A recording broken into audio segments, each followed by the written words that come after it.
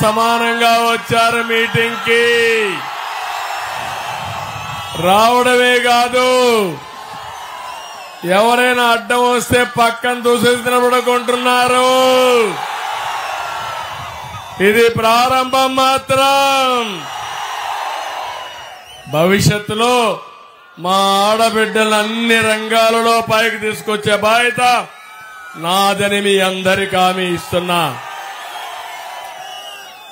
ఇక్కడ మీరు చూస్తే పార్లమెంట్ అభ్యర్థి ప్రసాదరావు గారు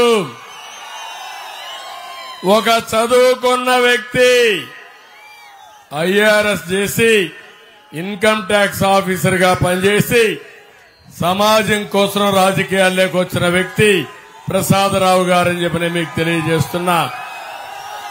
ఇప్పుడే జగన్మోహన్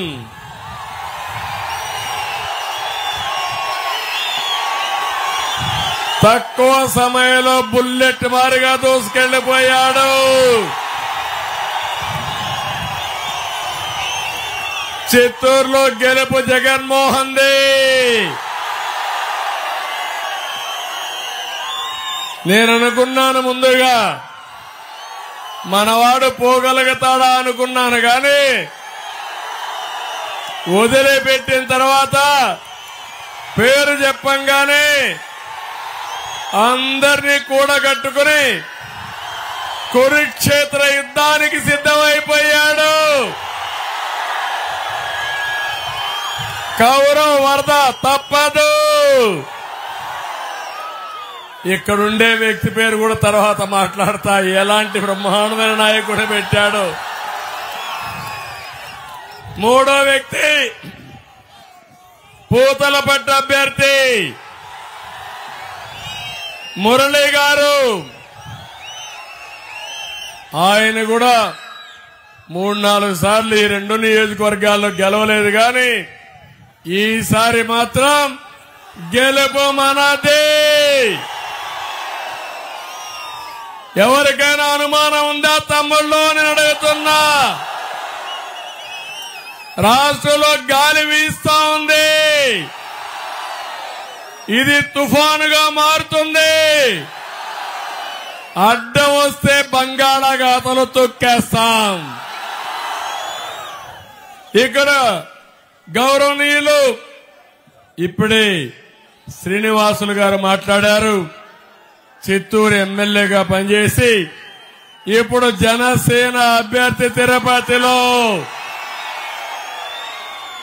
తప్పకుండా గెలుస్తాడు. తమ్ముళ్ళు, ఒక్క విషయం మీరు గుర్తుపెట్టుకోండి. అటు జనసేన ఇటు తెలుగుదేశం పార్టీ సామాజిక న్యాయానికి కట్టుబడి ఉన్నాం. ఆ సామాజిక న్యాయంలో భాగంగానే తిరుపతి సీటు శ్రీనివాస్ గారికి ఇచ్చాం, జనసేన అభ్యర్థి అని చెప్పి నేను మీకు తెలియజేస్తున్నా.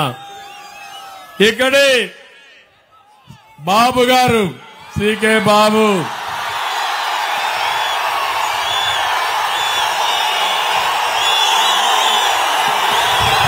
మాజీ ఎమ్మెల్యే, చిత్తూరులో తనకంటూ ఒక ప్రత్యేకత.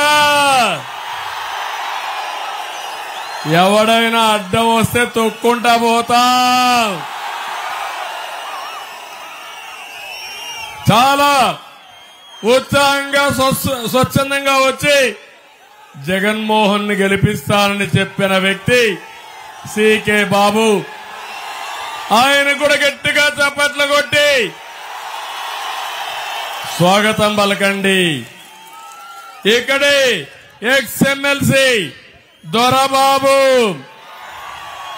తెలుగుదేశం పార్టీకి పెద్ద, ఎప్పటి నుంచో పార్టీ కోసం పనిచేసే సిన్సియర్ కార్యకర్త, మాజీ ఎమ్మెల్సీ దొరబాబు అని చెప్పి నేను మీకు తెలియజేస్తున్నా. మాజీ ఎమ్మెల్యే ఏఎస్ మనోహర్ గారు, మాజీ మేయర్